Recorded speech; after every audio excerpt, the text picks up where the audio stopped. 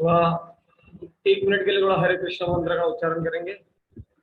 हरे कृष्णा कृष्णा कृष्णा हरे हरे, हरे राम राम राम हरे हरे। बोलिए हरे कृष्णा कृष्णा कृष्णा हरे हरे, हरे राम राम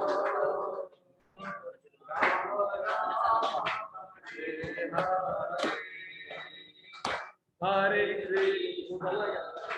कृष्णा कृष्णा कृष्णा हरे हरे, हरे राम राम राम राम हरे हरे कृष्णा। तो आप सब लोग कीर्तन में थे या कुछ लोग लेट आए? कीर्तन में सब लोग थे ना? अच्छा, तो यहाँ अभी ये सेशन में है तो आवाज क्लियर है क्या? हाँ, जूम वर आवाज है।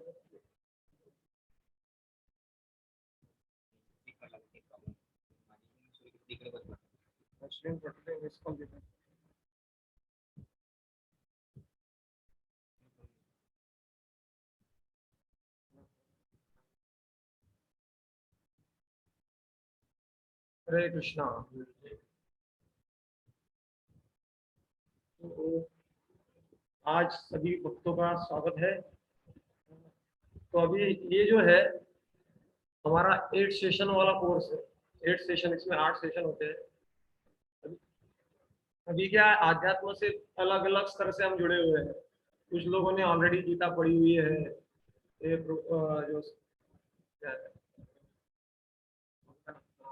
रोहन रोहन रोहन तो ऑलरेडी 16 माला करते हैं। तो वो जॉब भी करते हैं, इंजीनियरिंग पास आउट है। तो लेकिन वो जुड़े हुए हैं पहले से। तो कुछ लोग वो प्रभु जी भी 3-4 माला करते हैं, उन्होंने भी गीता पढ़ा है। तो ये प्रभु ऑलरेडी 16 माला करते हैं। कुछ लोग को पता नहीं है। ये तो पीयूष प्रभु आप करते हैं क्या? एक माला आपको माला दिया था क्या मैंने? आप एक माला करते हैं? तो यहाँ पे ऐसा कौन है जो माला बिल्कुल एक बार भी नहीं किया है? ऐसा तो है क्या? क्या आप पहली बार आए क्या? हाँ, पहली बार आए? अच्छा, आपके इनके मित्र है क्या? अच्छा, तो ये 8 सेशन का कोर्स है। तो इसमें क्या होता है कि हम कुछ बेसिक चीजों को क्लियर करते हैं। हो सकता है कि आप लोगों को इसमें से काफी चीजें पता हो, जानने की आवश्यकता भी नहीं हो, लेकिन हम हमारे एक सिस्टमेटिक ट्रेनिंग के हिसाब से हम इसको एक सेशन के बाद दूसरा सेशन के बाद तीसरा सेशन, ऐसा कर करके इस 8 सेशन को खत्म करेंगे। उसके बाद में और एक सेशन, अलग अलग सेशन रहते हैं। स्टेप बाय स्टेप हम युगों को गाइड करना चाहते हैं, जो भी योग है। हरे कृष्णा। श्री बलराम जी, वीडियो ऑन है क्या? दिसत नाही आहे.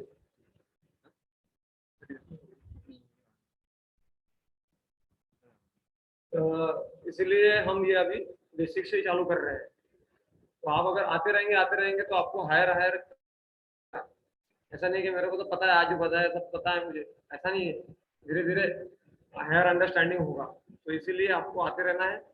और आपको कैसे लगा, कुछ डाउट्स है वो भी समय समय फोन पे भी पूछ सकते हैं, क्योंकि आज तो टाइम लिमिटेड रहता है। फिर भी आज भी 1-2 क्वेश्चन होंगे, लास्ट में लेंगे आप लोगों से। तो हमारा ये सत्र है आज का, असली खोज। तो अभी आप लोग सोच रहे हैं असली खोज क्या? अभी तक क्या हम नकली खोज ही कर रहे थे? क्या हमको बताया जा रहा है अभी असली खोज? तो असली खोज के लिए हमारे प्रभुपाद जी बहुत अच्छा उदाहरण देते थे कि एक व्यक्ति था, वो जा रहा था रास्ते से, उसको जाते जाते पानी में क्या हुआ, बहुत सारे आम दिखे। उसका लगा इतने अच्छे ताजे ताजे आम दिख रहे, पानी में दिख रहे, नदी था, नदी में दिख रहे थे आम।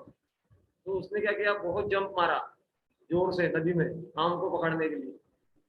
तो उसने जंप मारा पानी में, तो उसको आम नहीं मिला। तो उसने सोचा शायद मैं गलत डायरेक्शन से जंप मारा था, इसलिए वो दूसरे डायरेक्शन में गया और दूसरे डायरेक्शन से उसने जंप मारा।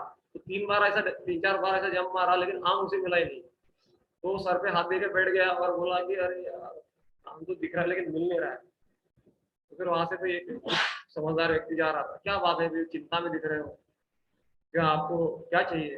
तो बोला कि मुझे आम प्राप्त करने का प्रयास तो कर रहा हूँ लेकिन मिल नहीं रहा है।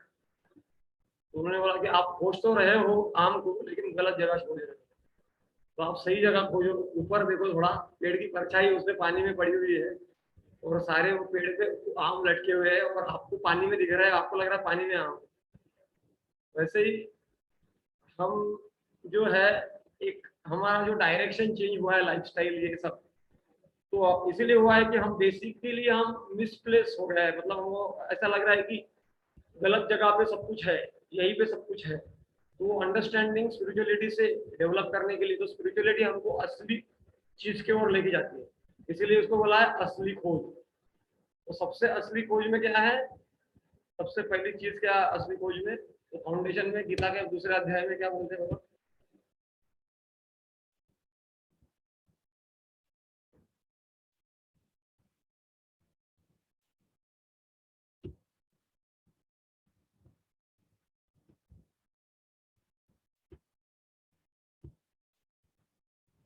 अभी इसको प्रभुपाद जी बताते हैं, जैसे एक चालक 4 कार चलाता है। हाँ, जब चालक चालक कार चलाता है तो हम अपने आप को कभी, अरे तो ऑलरेडी वक्त है, वैसे मेरे से जुड़े हैं जिससे बैठा है, तो ये बेसिक से चालू कर रहा है, तो गौरव होना। तो एक कार चलाता है कोई चालक, तो हम कार के लिए पेट्रोल अलग डालते हैं, बराबर है, और जो उसमें जो चालक बैठा है उसको खाना अलग खिलाते हैं, बराबर है। ऐसा नहीं है कि कार को जो पेट्रोल दे रहे हैं वही जो ड्राइवर है उसी को भी पेट्रोल पिला रहे हैं, ऐसा होता है क्या? नहीं होता। तो अभी क्या हो गया है कि अंडरस्टैंडिंग क्या है कि कार है, उसके अंदर ड्राइवर है, कार अलग है, ड्राइवर अलग है। लेकिन जब कोई पागल व्यक्ति कार मैं ही कार हूँ ऐसा बोलेगा, तो उसको पागल बोला जाएगा। वैसे ही हमको भगवान ने यंत्रारूढ़ानी माया, भगवान ने क्या दिया? शरीर दिया है, उसको कार से माल तुलना की गई, और उसके अंदर क्या है? आत्मा है। तो हम क्या कर रहे हैं, अभी ज्ञान ना होने के कारण मैं ये शरीर हूँ, जैसे ये मेरा हाथ है, ये मेरा पैर है, ये मेरा सर है, ये मेरी आंखें है, तो मेरा सब मेरा है, ये मेरा शरीर है, तो फिर मैं कौन हूँ? That's a question. तो इसीलिए पदार्थ, आत्मा और ईश्वर के बीच का संबंध ज्ञान इस दुनिया में सबसे बड़ा सकारात्मक परिवर्तन ला सकता है। तो वैसा हम आगे देखेंगे। तो मुझे आत्मा के बारे में अध्ययन करना चाहिए। क्यों करना चाहिए मुझे आत्मा के बारे में अध्ययन, क्यों करना चाहिए? तो उसमें भगवत गीता से रेफरेंस दिया गया है। तो अर्जुन को एक धर्म युद्ध लड़ना था, लेकिन वो लड़ नहीं पा रहा था। वेकुतश्च शरीरे में रोमहर्षश्च जायते, गांडीव संस्कृते हस्तात् कच्चैव परिदह्यते, ऐसा बोलते हैं कि मेरा पूरा शरीर कांप रहा है, मेरे बाल सिर पर खड़े हैं, मेरे हाथ से मेरा गांडीव धनुष फिसल रहा है।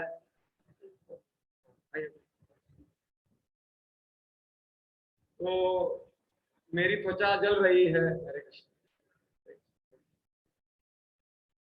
आइए भाई, आपको इनवाइट किया।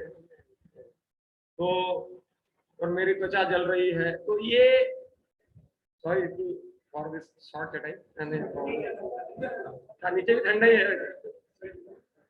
तो हाँ, तो वो बोल रहा है कि मेरा पूरा शरीर कांप रहा है। तो यहाँ पर अर्जुन क्या है, यहाँ पे अर्जुन एक साधारण व्यक्ति की भूमिका निर्भा रहे है, कि वो तो भक्त है, लेकिन भगवान ने उनको इंस्ट्रूमेंट बनाया कि एक साधारण व्यक्ति कैसे अपने शरीर को ही अपना मानता है, तब वो कैसे अपनी ड्यूटीज करने में फेल हो जाता है।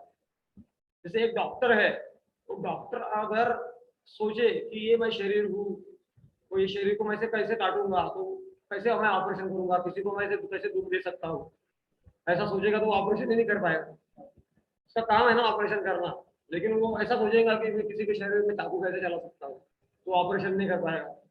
वैसे ही हमारा ज्ञान अगर शरीर के स्तर पर ही सीमित है, तो फिर जैसे अर्जुन का हालत हो रहा है यहाँ पर, लेट हो जाएगा क्या? हाँ, तो अर्जुन बोलते हैं मैं अब यहाँ और अधिक खड़ा नहीं हो सकता और मैं खुद को भूल रहा हूँ, मेरा दिमाग घूम रहा है। समझ रहे? तो हम संसार में लोगों का दिमाग क्यों घूमता है क्योंकि they don't have spiritual conception of life. हाँ, इसीलिए तो frustration is the most chronic disease is not cancer, AIDS. Most chronic disease, the most prominent or worldwide spread disease is mental anxiety, frustration. और वो जो ये इसलिए world wide है क्योंकि हर कोई बीमारी के साथ में उसके साइड इफेक्ट ये है फ्रस्ट्रेशन। तो इसीलिए सबसे ज्यादा क्या है, फर्स्ट नंबर का बीमारी फ्रस्ट्रेशन। तो उसका सोल्यूशन ये बेसिक कंसेप्ट में है। तो अर्जुन की स्थिति क्या थी? अर्जुन क्या थे? आत्मविश्वास की उसमें कमी थी जब शुरुआत में भगवान से मिला। चिंता, हतोत्साह, तनाव और अवसाद। तो हमारे जीवन में भी यही होता है जब हमारा मतलब मन स्थिर नहीं होता है ना, तो यही सारी चीजें हमारे जीवन में देखी जाती है, इसलिए हम कुछ भी कार्य ठीक से नहीं कर पाते। लेकिन बाद में क्या गीता सुनने के बाद में, लेकिन अर्जुन विजयी हुए। क्यों? कैसे? तो बोलते हैं उन्होंने आत्मा का ज्ञान भगवान श्री कृष्ण से सुना। नैनम छिन्नन्ति शस्त्राणि नैनम दहति पावक न चैनम क्लेदयन्त्यापो न शोषयति मारुतः। तो ये सुनने में बोलता है आत्मा तो पता है, हमको तो पिक्चर में भी बताते हैं ना, आत्मा सुखाता है, कोई कुछ डायलॉग भी मारते हैं, उसका लेकिन गलत उपयोग करते हैं। ना आत्मा जलती है, ना आत्मा को सुखाया जाता है, ना आत्मा को कोई मार सकता है, और फिर वो विलन आता है और वो हीरो को मार देता है। तो ये थोड़ी सी कहता है गीता, आत्मा ना मरती है ना कोई इसको मार सकता है, तो हीरो विलन आता है और वो इसको किसको मार देता है, ये सिखाता नहीं गीता। इसके लिए ज्ञान नहीं है, ज्ञान इसलिए कि हम समाज में कुछ पॉजिटिव कंट्रीब्यूट कर सके, हमारा जीवन भी अच्छा हो और लोगों के जीवन में कंट्रीब्यूट कर सके, इसके लिए ज्ञान है। तो तो इसमें अभी बेसिक कंसेप्ट है कि हमारा क्या रहता है, जो भौतिक चेतना में जो पढ़े लिखे हैं, सो कॉल्ड डार्विन के फॉलोअर्स है, डार्विन के जो फॉलोअर्स है, तो उनका कंसेप्ट क्या रहता है कि मैं ये शरीर हूँ। हम कहाँ से आए हैं? जानवर से, बंदरों से आए हैं। तो प्रभुपाद जी कहते थे हमारे कि हो सकता है कि उनके जो परदादा बंदर हो सकते हैं, हमारे परदादा बंदर नहीं थे, हमारे परदादा ब्रह्मा जी थे। तो इसका कारण ये है, लॉजिकल है। ऐसे टॉपिक थोड़ा चेंज हो गया, फिर भी बताता हूँ। हमने कभी देखा क्या कि 100 साल पहले कोई एक बंदर था, मेरे दादाजी बोलते थे कि वो बंदर था, अभी 50 साल में वो बंदर चेंज हो गया, वो आदमी जैसा दिखने लग गया, ऐसा होता है? और ऑफकोर्स ये तो विषय अलग है, उसका चर्चा बाद में किया जाए। तो क्या आत्मा के अस्तित्व का वैज्ञानिक प्रमाण, अभी ये हम सारी चीजें हम चर्चा करेंगे। ये 5 टॉपिक्स है, इसको हम चर्चा करेंगे एक बार एक। ये 5 टॉपिक क्या है कि क्या मैं जड़ पदार्थ हूँ या मैं आत्मा हूँ, ये टॉपिक हम चर्चा करेंगे। दूसरा है आत्मा के अस्तित्व का वैज्ञानिक प्रमाण, या आत्मा है कि नहीं उसका वैज्ञानिक प्रमाण क्या है। और तीसरा टॉपिक हम चर्चा करेंगे जीवित व्यक्ति और रोबोट के बीच में अंतर। चौथा है मन का तंत्र। और 5वां है रोजमर्रा की जिंदगी में आत्मा के ज्ञान के व्यवहारिक लाभ। ये 5 विषय हम एक बाय एक, वन बाय वन डिस्कस करेंगे। तो है क्या मैं जड़ पदार्थ हूँ या मैं आत्मा हूँ। तो हम देखते हैं कि ये शरीर है, तो शरीर जो है इसमें सब हमारा बॉडी है पंच महाभूतों से बना हुआ है। भूमि राखो अनलो वायु खम मनो बुद्धि रे वचन, ऐसा भगवान बोलते हैं कि earth water fire air ether, हाँ, इससे बना हुआ है हमारा शरीर। तो लेकिन जड़ जो है, जैसे एक टेबल है, मैं टेबल को अपने आप बोलूंगा यहाँ से यहाँ चला जा सकता है क्या? एक पत्थर को बोलूंगा यहाँ से यहाँ चला जा सकता है क्या? लेकिन एक चींटी यहाँ से वहां चली जाती है, तो डिफरेंस क्या है? तो डिफरेंस क्या है कि there is a difference between matter and there is a difference between spirit, मतलब आत्मा। मैटर के बीच में और आत्मा के बीच में फर्क है। जैसे एक बच्चा होता है, बच्चा के अंदर आत्मा है, तो वो बड़ा होता है, बढ़ता है, फिर बूढ़ा होता है। और बच्चा बचपन में मर गया तो हो गया, फिर वो बढ़ेगा नहीं, मतलब उसके अंदर का आत्मा निकल गया। मतलब क्या है, जो मैटर इज, मतलब वो सब्जेक्ट आएगा अभी। मैटर एक्सचेंज कब होता है? जब उसमें आत्मा है, तब उसमें परिवर्तन आता है, वैसे नहीं आता है। वो बोलते हैं ना कि ऑटोमेटिक सब कुछ। हाँ, तो सो द लाइफ, ऋषि प्रभुपाद जी ने एक किताब लिखा है हमारे, life comes from life, even a mosquito can not come from the matter. मतलब ये जो मच्छर भी है मैटर से, इवन साइंटिस्ट लोग भी, जो भी साइंस में डेवलप हुआ है, किसी भी साइंस को बोलो कि साइंटिस्ट को बोलो कि आप लिविंग फॉर्म क्रिएट करो बिना किसी लिविंग टच की, मतलब किधर भी टच नहीं होना चाहिए, लिविंग लिविंग फोर्स का किधर भी टच नहीं होना चाहिए। हाँ, वो ओवम भी बनाते हैं, जो आर्टिफिशियल बेबी होता है ना, बनाते हैं, वो लाइव फोर्स लेते हैं, फिर इंक्यूबेशन होता है, फिर वो बेबी बनता है ना। हाँ, तो किधर भी लाइव फोर्स का कनेक्शन है, वो लाइव फोर्स लेबोरेटरी में बना के दिखाओ। तो इसलिए अभी अब वो विषय चेंज हो रहा है, तो हमारा रह जाएगा। ठीक है, तो ये क्या है, आप कौन है, तो हमारा इसलिए हम जब आईने में देखते हैं तो वहां पे एक स्टिकर लिखते हैं, क्योंकि हम we are identifying too much with our body, हमारे आत्मा शरीर से हम बहुत कुछ आइडेंटिफाई कर रहे हैं अपने आप को। तो इसलिए हम you are not what you think you are, ऐसा लिखते हैं उसको। बिकॉज क्या होता है कि सब हम सिर्फ मैं और मेरा अहंकार में जब रहते हैं, मतलब लाइफ बहुत प्रॉब्लमेटिक हो जाती है।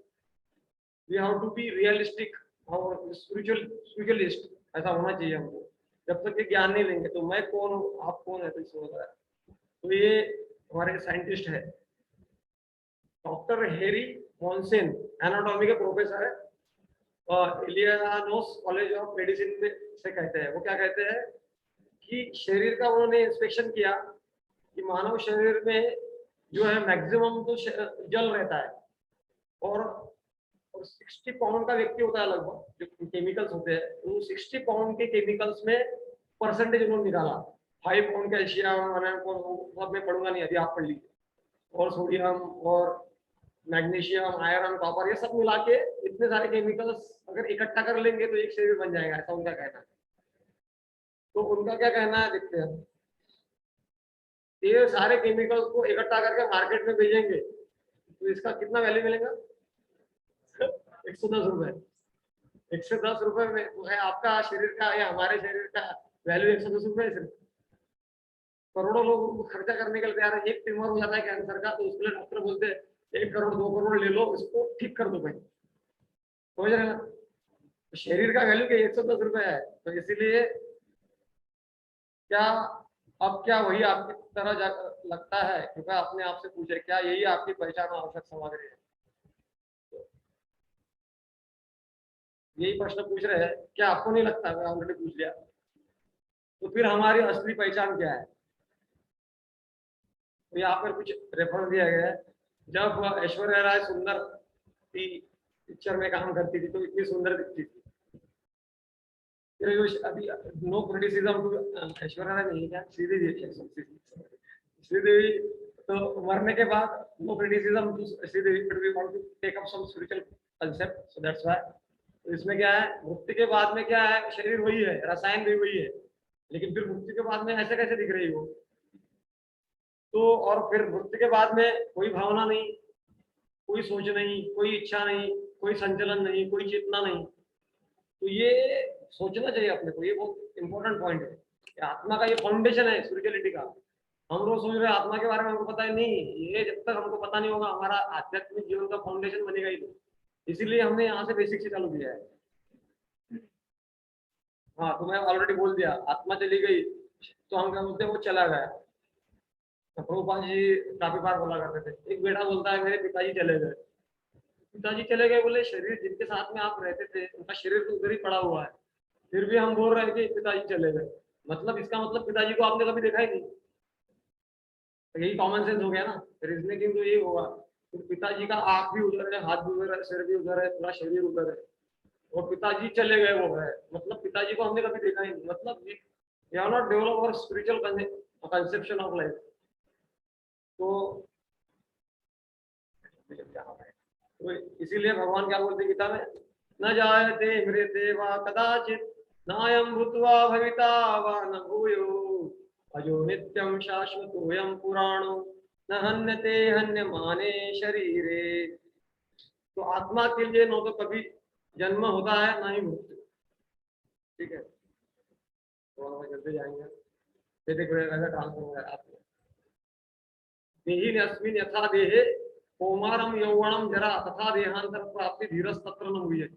जैसे एक बच्चा जन्म लेता है, फिर बड़ा होता है, तो आप देखिए अपना फोटो बचपन का, वो फोटो और अभी का फोटो सेम है क्या? पूरा 100%। Even science accepts that after 7 years every body of the cell changes, every body cell changes. माता पिता हमको आइडेंटिफाई कर देंगे, लेकिन हमारे रिलेटिव अगर 10 साल के बाद में आ रहे तो हमको आइडेंटिफाई नहीं करेंगे। बचपन में अगर उन्होंने देखा आप देखो, जब माता पिता बताएंगे कि वो ये मेरा ही बेटा है, तो फिर बोलेंगे हाँ ठीक है, ये पूरा ही बदल गया है, तो कुछ कुछ आ गया इसका, ऐसा बोलेंगे ना। तो शरीर और आत्मा तो यहाँ पे लॉजिक भगवान देते हैं। देहि अस्मिन् यथा देहे कौमारम यौवनम जरा, जरा मतलब बुढ़ापा आता है, तो वही लॉजिक लगाइए आप, अगर ये बॉडी शरीर चेंज हो रहा है इसी के जीवन में, तो क्यों ना मरने के बाद थोड़ा सा क्या रखें, क्यों ना मरने के बाद हमारा हमको दूसरा शरीर मिलेगा। तथा देहांतर प्राप्ति, ये भगवान बोलते किताब। तो शरीर और आत्मा का तुलना दिया गया। शरीर क्या है? जड़ है, और आत्मा क्या है? जागरूक है। शरीर क्या है? अचेतन है, और आत्मा क्या है? सचेतन है। शरीर क्या है? परिवर्तनशील है, और आत्मा क्या है? अपरिवर्तनशील है। तो ये क्लियर डिफरेंस है। और शरीर क्या है? अस्थाई है, और आत्मा क्या है? शाश्वत है। शरीर क्या है? मृत है, और आत्मा क्या है? जीवित है। इसीलिए आत्मा को क्या बोला गया है? सच्चित आनंद। सत मतलब, सत मतलब इटर्नल, इटर्नल मतलब हमेशा के लिए वो रहेगा। चित मतलब नॉलेजेबल, मतलब आत्मा के पास ज्ञान है ऑलरेडी। सच्चित और आनंद, इसलिए हम रिवाइविंग कॉन्शियसनेस बोलते हैं। आप जो भूले हुए उसको जागरूक करो। ऐसा नहीं कि आर्टिफिशियल आपको कुछ सिखाया जा रहा है, ये तो हमारा रियल कॉन्शियस नेचर है हमारा ऑलरेडी। तो वो कॉन्शियसनेस को हम इवॉल्व, अवेकन कर रहे हैं, अवेकनिंग कॉन्शियसनेस, उसको अवेकन कर रहे हैं। तो सच्चित आनंद, आत्मा का स्वरूप क्या है? सच्चित और आनंद। तो हम हमेशा आनंद में रहते हैं। भगवान आनंद में रहते हैं, हम उनके बच्चे हैं, तो हम भी आनंद में रहेंगे। तो ये आत्मा का स्वभाव है। लेकिन शरीर का स्वभाव क्या है? असत, अचित और निरानंद। असत मतलब वो हमेशा के लिए नहीं रहेगा। अचित मतलब वो इग्नोरेंस से फुल है। शरीर में क्या उधर क्या हो रहा है हमको पता चल रहा है। जब कोई फोड़ा हो जाता है, ट्यूमर हो जाता है, बाद में अरे ऐसा कैसे आ गया, मेरे शरीर के लिए मैं सब कुछ कर रहा हूँ, ये मेरे को धोखा दे रहा है। समझ रहे हैं? इसके लिए तो सब कुछ करते हैं ना। सारा सारा जो एंडेवर हमारा है पूरा बॉडी बनाने के लिए तो होता है। इसका मतलब ये नहीं शरीर पे ध्यान नहीं देना है। गाड़ी कार इंपॉर्टेंट है, कार में पेट्रोल नहीं डालेंगे तो एक जगह से दूसरे जगह जा नहीं सकते। वैसे ही शरीर को ध्यान नहीं देंगे तो ये आध्यात्मिक जर्नी पूरा नहीं होगा। जो जर्नी अभी इसको मिसट्रीटमेंट करेंगे शरीर को, खाएंगे नहीं टाइम पे, सोएंगे नहीं टाइम पे, तो ये जो कार है पहले इंजन फेल हो जाएगा। तो इंजन को फेल नहीं करना है, इसके लिए भगवान बोले भी नहीं है। लेकिन वैल्यू अकॉर्डिंग टू इस प्राइस, एमआरपी होता है ना, हर चीज के ऊपर एमआरपी लिख के आता है। तो हम क्या किए हुए, एमआरपी गलत गलत प्रिंट कर दिए। सोल पे एमआरपी बहुत कम डाल दिए, और डाला ही नहीं है। कुछ लोगों को पता नहीं इसके एमआरपी है। और फिर आप बॉडी पे पूरा 100% एमआरपी उसी में डाल दिया। मतलब जितना डालना चाहिए था उससे बहुत ज्यादा एमआरपी वैल्यू, उसका मैक्सिमम रिटेल प्राइस डाल दिया उसके ऊपर। ठीक है, तो हम आगे बढ़ते हैं।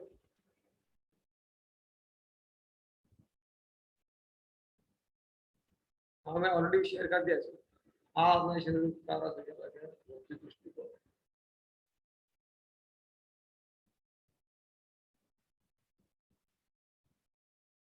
हाँ तो ये मैं बता रहा हूँ कि भौतिक जो चेतना में लोग रहते हैं वो क्या सोचते हैं। हम एक जड़ पदार्थ से बना हुआ शरीर है, और हम एक रासायनिक बंडल से ज्यादा कुछ नहीं है।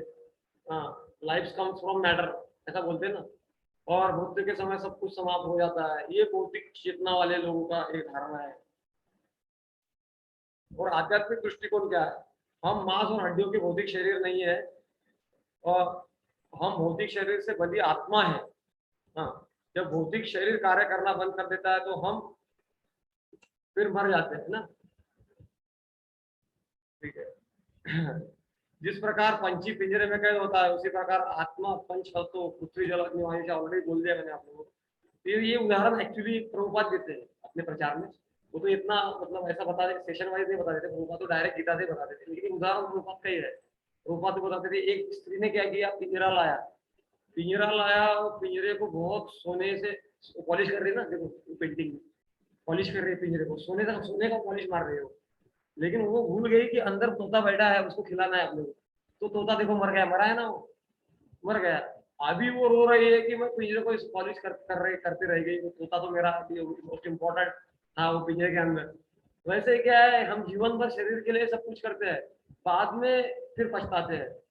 हाँ, बाद में क्या पछताना, जब पंछी जो है, ये मुझे लगता है जूम मीटिंग कुछ दिन में ऐड होगा तो उसे रिकनेक्ट करना पड़ेगा मुझे। ठीक है, रिकनेक्ट करेंगे बाद में। तो पृथ्वी अग्नि वायु आकाश से बने शरीर में फंस जाता है। तो ये मेन इंपॉर्टेंट चीज है। आत्मा के रूप में अपनी वास्तविक पहचान को न जानते हुए लोग अपना सारा जीवन शरीर को लाड़ प्यार करते हुए पिंजरों को चमकाने में लगाते हैं, ऑलरेडी बोल दिया। तो अभी हम जा रहे हैं आत्मा के अस्तित्व का वैज्ञानिक प्रमाण, और स्पीड से जाएंगे हम, तो स्लाइड पे भी ध्यान दिया करिए। तो वैज्ञानिक प्रमाण क्या है, इसमें अलग अलग 3-4 टॉपिक्स है, जैसे व्यवहारिक ज्ञान, चेतना, आसन्न मृत्यु, इसको नियर डेथ एक्सपीरियंस बोलते हैं। दूसरा है आउट ऑफ बॉडी एक्सपीरियंस और पुनर्जन्म का अनुसंधान।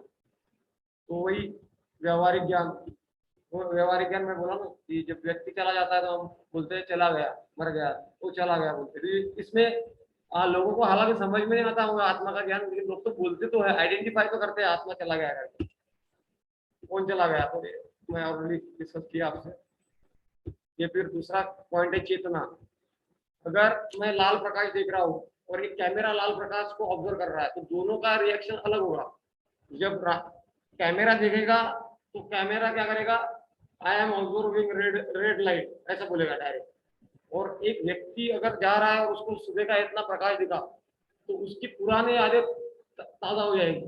वो लाल लाइट देख रहा है, कैमरा भी देख रहा है, लेकिन ये फर्क है, महसूस करने में फर्क है। महसूस वो रोबोट नहीं कर सकता, रोबोट हम बना सकते हैं, आर्टिफिशियल इंटेलिजेंस बोलते हैं उसको। तो 4 प्रकार के इंटेलिजेंस होते हैं, वो बताना भूल गया मैं।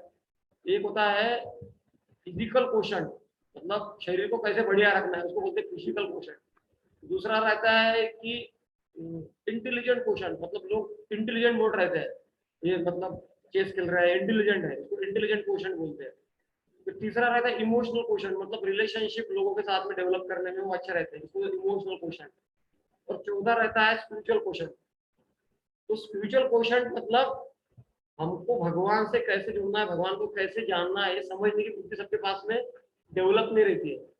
तो ये जो है, इनके तो ये जड़ पदार्थ है कैमरा वगैरह, तो वो कैप्चर करता है एज इट इज, लेकिन वो फीलिंग्स नहीं है, अनुभव नहीं है उनके पास। इसीलिए तो जब हम ऑनलाइन करते हैं और पर्सनली बैठते हैं, उसमें डिफरेंस लगता है कि नहीं आपको? ऑनलाइन ऑनलाइन रहता है, ऑनलाइन में सो भी जाएंगे तो पता नहीं चलता है। ठीक है, तो आगे जाते हैं। हाँ, ठीक है ना, कोई बात नहीं, चलेगा। तो ये झूम मीटिंग खत्म होणार आहे म्हणजे 5 मिनिटात, तो त्याला एंड करता चालू रिकनेक्ट करून द्या। आसन्न मृत्यू अनुभव, नियर डेथ एक्सपीरियंस, तो ये एक्चुअली रिकॉर्डेड थिंग्स है, साइंटिस्ट लोगों ने इसको रिकॉर्ड किया है। तो औसत अमेरिकी आबादी का 11% से 14% मानसिक और शारीरिक रूप से उनके pass out of body experience उनको है। तो ये बाल रोग वर्तमान समस्या मेडिकल इसमें जर्नल में डिस्प्ले हुआ है। और नियर डेथ एक्सपीरियंस तो गूगल में डालेंगे ना आप, तो आपको ये मिल जाएगा बहुत सारे रेफरेंसेस। इसको ये आउट ऑफ बॉडी एक्सपीरियंस हुआ, इसको नियर डेथ एक्सपीरियंस हुआ, ये होता है। और एक होता है नियर डेथ एक्सपीरियंस में मरने वाला हूँ, और एक होता है आउट ऑफ बॉडी एक्सपीरियंस, मतलब आत्मा शरीर से बाहर चला गया और फिर वो वापस आ गया। ऐसे एक्सपीरियंस बहुत सारे लोगों को है। क्योंकि सर्जन का ये शोध भी है, उसकी किताब, इतने सारी किताब है, लिस्ट डाला है ना यहाँ पर, ये सारी ऑथराइज किताब मार्केट में अवेलेबल है जो इसके बारे में चर्चा करती है। Out of body experience near, ये हमारी इस्कॉन की किताबें नहीं है, तो बोलेंगे इस्कॉन की किताबें डिस्प्ले कर रहे हैं। ये पूरे साइंटिस्ट लोगों के जिन्होंने एक्सपीरियंस किया है, या फिर ऑथर लोग हैं अलग अलग। तो ये एक इयान स्टीवनसन है, मनोचिकित्सक है, उन्होंने लगभग 3000 लोगों के मामलों को रिकॉर्ड किया है जो पुनर्जन्म के बारे में बोलते हैं। 3000 केसेस, आपको गूगल में टाइप कर सकते हैं इनका नाम, इसके बारे में आ जाएगा। हाँ, लिखा है ना उसमें, इयान स्टीवनसन, कार्लसन मनोचिकित्सक, इयान स्टीवनसन। ओके, पीछे लिंक भी दिया है www.ian wikipedia.wiki.stevenson, ठीक है। बाद में ले लेना मेरे साथ, पुनर्जन्म का अनुसंधान। तो इसमें अलग अलग कंसेप्ट है। जैसे कोई व्यक्ति पानी से बहुत डरता है, एकदम उसे तैरना चाहता ही नहीं है, क्योंकि पिछले जन्म में वो पानी में डूब के मरा है। तो पानी में डूब के मरा है तो उसको इस जन्म में पूरा मतलब पानी से डर ही लगता है। मतलब इसमें क्या डरने की बात है, हम सोचते हैं हम डायरेक्ट कूद जाते हैं, वो बोलता है पानी के पास जाने को डरता है। तो कुछ जो कंसेप्ट होते हैं पूर्व जन्म से आते हैं, तो ये उसका एक ये है।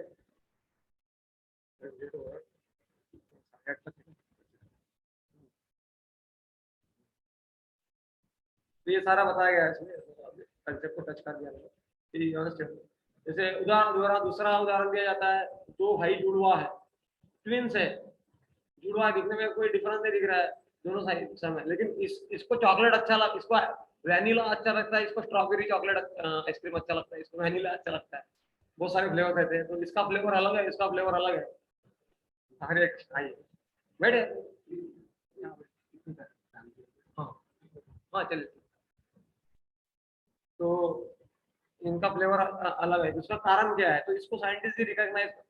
Even even there is even there is apparently a genomic similarity, मतलब डीएनए वगैरह स्ट्रक्चर डिवाइड हुआ, ऐसा लगता है कि पूरा सिमिलैरिटी है। लेकिन अगर जब उसका आउटपुट आता है और ट्विंस बड़े बड़े होते हैं, बच्चे बच्चे बड़े होते हैं, तो बाद में पता चलता है इसका कुछ इच्छा अलग है, इसका इसको डॉक्टर होने में इंटरेस्ट है, इसको इंजीनियर होने में इंटरेस्ट है। ये डिफरेंस कैसे आ गया? मतलब क्या है, दोनों के अंदर ये जीन बना है, ये इतना ये नहीं है, उसके अंदर और एक भी इनपुट है, उसके अंदर ये आत्मा है। तो इसका जो आत्मा है वो अलग है, इसका आत्मा अलग है, इसकी इच्छा जो है, इसकी लाइकिंग्स अलग है, इसकी लाइकिंग्स अलग है। तो ये इसका प्रूफ है, ठीक है।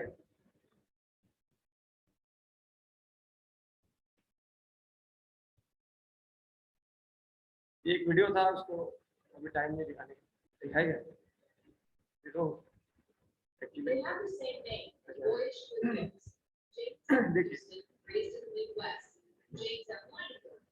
इंग्लिश है, मैं बहुत समझ ली। ये छोटा बच्चा था, बचपन में ही बचपन से उसको पायलट पायलट चलाना सीख गया, तो उसको सिखाया नहीं किसी ने क्या कहते हैं। ठीक है, रियल स्टोरी।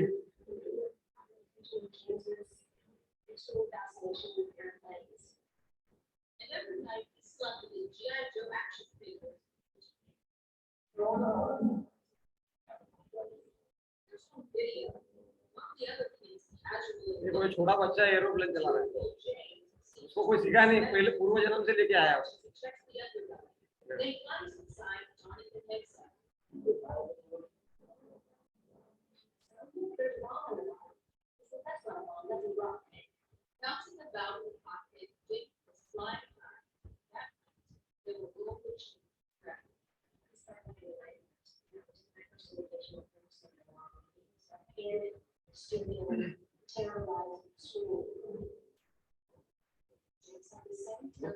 उनके पिताजी ने छोटे छोटे खिलौने ला के दिए,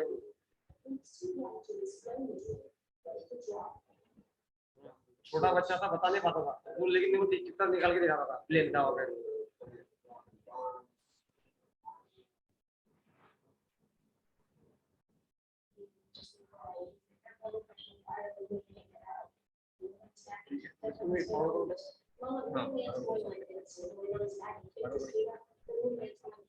ये वीडियो है अलग से ज्यादा बड़ा नहीं है, फिर भी टाइम जाएगा, ग्रुप में डाल सकते हैं। ठीक है, इसको आगे लगे आगे भी। तो ये भी एक रियल स्टोरी है, इनका नाम है क्या, स्टीवेंसन द्वारा उनके किताब में इसको रिकॉर्ड किया है रियल स्टोरी में। तो ये इनका नाम था गुप्ता शुक्ला,